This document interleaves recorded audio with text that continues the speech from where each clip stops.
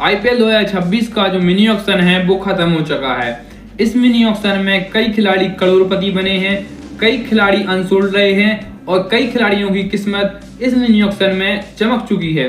तो भाई ऐसे में रॉयल चैलेंजर्स बेंगलुरु की जो इस ऑक्शन के बाद स्क्वाड है वो कैसी दिख रही है, आरसीबी ने किन किन प्लेयरों को अपने स्क्वाड में जगह दी है यानी कि सोल्ड किया है। आरसीबी के स्क्वाड में से हम लोग आरसीबी के 11 खिलाड़ियों की एक बेस्ट प्लेइंग 11 इस वीडियो में बनाने वाले हैं।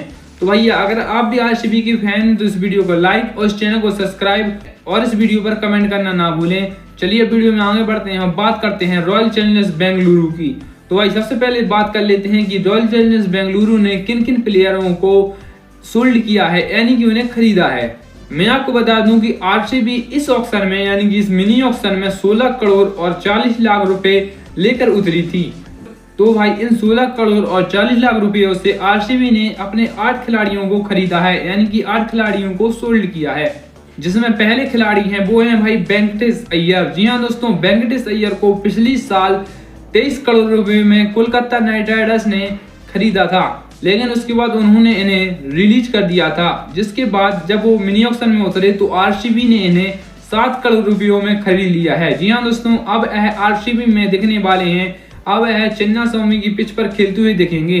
वेंकटेश अय्यर को आरसीबी ने 7 करोड़ रुपए देकर खरीदा है। उसके बाद जो दूसरे खिलाड़ी हैं वो हैं भाई मंगेश यादव। जी हाँ दोस्तों, एक ट्रक ड्राइवर के बेटे को अब आरसीबी ने 5 करोड़ और 20 लाख रुपए देकर अपनी टीम में शामिल कर लिया है। अब मंगेश यादव आरसीबी यानी कि रॉयल चैलेंजर्स बेंगलुरु में दिखने वाले हैं। मंगेश यादव एक ऑलराउंडर खिलाड़ी हैं, मतलब कि ये बैटिंग भी बहुत बढ़िया करते हैं और जो इनकी बॉलिंग है वो भी बहुत शानदार है। तो भाई आरसीबी को एक ऑलराउंडर की जरूरत थी, तो भाई वहां पर उन्होंने मंगेश यादव को अब खरीद लिया है। एंड उसके बाद जो तीसरे खिलाड़ी हैं वो हैं Jordan Cox. Jordan Cox England के एक खतरनाक विकेट कीपर बल्लेबाज हैं जो भैया बहुत ही शानदार विकेट कीपिंग करते हैं और उसके साथ साथ बहुत ही बढ़िया बैटिंग करते हैं। तो भाई जॉर्डन कॉक्स को यहाँ पर आरसीबी ने 75 लाख रुपए में खरीद लिया है। एंड उसके बाद जो नेक्स्ट खिलाड़ी हैं वो हैं भाई विहान मल्होत्रा। विहान मल्होत्रा को आरसीबी ने उनके बेस्ट प्राइस 30 लाख रुपए में परचेस कर लिया है यानी कि उन्हें सोल्ड कर लिया है। एंड उसके बाद जो नेक्स्ट खिलाड़ी हैं वो हैं भाई Jacob Duffy. Jacob Duffy New Zealand के एक शानदार गेंदबाज हैं यानी कि वो एक शानदार फास्ट बॉलर हैं जिनको आरसीबी ने 2 करोड़ रुपयों में सोल्ड कर लिया है। अब Jacob Duffy royal Challengers Bengaluru की तरफ से खेलते हुए नजर आएंगे। एंड उसके बाद जो नेक्स्ट खिलाड़ी हैं वो हैं भाई कनिष्क चौहान। कनिष्क चौहान को आरसीबी ने उनकी बेस्ट प्राइस 30 लाख रुपए में खरीद लिया है। कनिष्क चौहान एक फास्ट बॉलर हैं जो कि बहुत ही बढ़िया गेंदबाजी करते हैं। एंड इसके बाद जो नेक्स्ट खिलाड़ी है वो है भाई विक्की ऑस्टल। विक्की ऑस्टल को रॉयल चैलेंजर्स बेंगलुरु ने 30 लाख रुपए में खरीद लिया है। अब आरसीबी की तरफ से खेलते हुए नजर आएंगे। एंड इसके बाद जो नेक्स्ट खिलाड़ी है वो है भाई सात्विक देशवाल। सात्विक देशवाल को 30 लाख रुपए देकर आरसीबी ने सोल्ड कर लिया है यानी कि उन्हें परचेस कर लिया है। तो भाई ये रहे आरसीबी के वो 8 खिलाड़ी जिनको अब आरसीबी ने परचेस किया है यानी कि उन्हें सोल्ड कर लिया है। आरसीबी ने इन 8 खिलाड़ियों पर दांव खेला है इस ऑक्शन में। चलिए बात करते हैं कि मिनी ऑक्शन के बाद आरसीबी की जो स्क्वाड है वो कैसी दिख रही है। तो भाई सबसे पहले बात कर लेते हैं आरसीबी के प्रॉपर बल्लेबाजों की। तो भाई पहले जो बल्लेबाज हैं और इस टीम के जो कप्तान भी हैं वो हैं भाई रजत पाटीदार, फिर आते हैं भाई विराट कोहली, उसके बाद आते हैं भाई देवदत्त पाडिक्कल। चलिए बात करते हैं विकेट कीपर्स की। तो भाई विकेट कीपर्स की लिस्ट में अब आरसीबी के पास 3 खिलाड़ी हैं।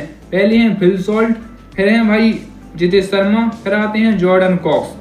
एंड उसके बाद भाई आरसीबी के पास एक लंबी फेयर लिस्ट है ऑलराउंडर्स की। तो भाई पहले ऑलराउंडर हैं कुणाल पांड्या, फिर आते हैं भाई स्वप्निल सिंह, फिर टिम डेविड, फिर आते हैं भाई रोमारियो शेफर्ड, फिर आते हैं जैकब बैथल, फिर आते हैं भाई वेंकटेश अय्यर, फिर आते हैं सात्विक देशवाल, फिर आते हैं भाई मंगेश यादव, उसके बाद विक्की ऑस्टवेल, फिर आते हैं विहान मल्होत्रा, फिर आते हैं भाई कनिष्क चौहान। तो भाई ये रही ऑलराउंडर की लिस्ट आरसीबी की। चलिए बात करते हैं आरसीबी के प्रॉपर बॉलर्स की। तो भाई पहले बॉलर है वो है भाई जॉस हेजलवुड, फिर आते हैं भाई एस दयाल, उसके बाद भुवनेश्वर कुमार, फिर आते हैं भाई नुमान थोसारा, फिर आते हैं रसिक सलाम, फिर आते हैं अभिनंदन सिंह, उसके बाद सूर्य शर्मा, फिर आते हैं जैकब डफी।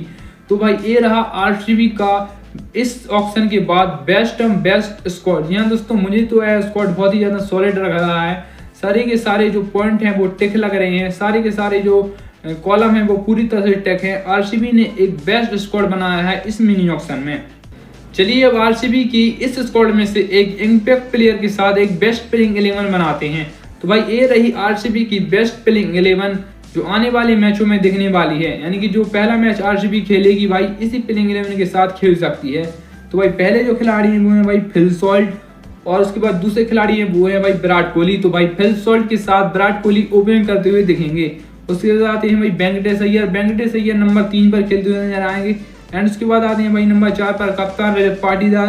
एंड उसके बाद भाई टिम डेविड, फिर आते हैं भाई कुणाल पांड्या, फिर आते हैं भाई रोमारियो शेफर्ड, उसके बाद जीतेश शर्मा, फिर आते हैं भाई भुवनेश्वर कुमार, फिर आते हैं भाई सूर्य शर्मा, फिर आते हैं भाई जॉस हेजलवुड, और इम्पैक्ट प्लेयर के रूप में देखेंगे भाई एस दयाल। तो भाई ये रही 12 खिलाड़ियों की बेस्ट प्लेइंग 11 आरसीबी की।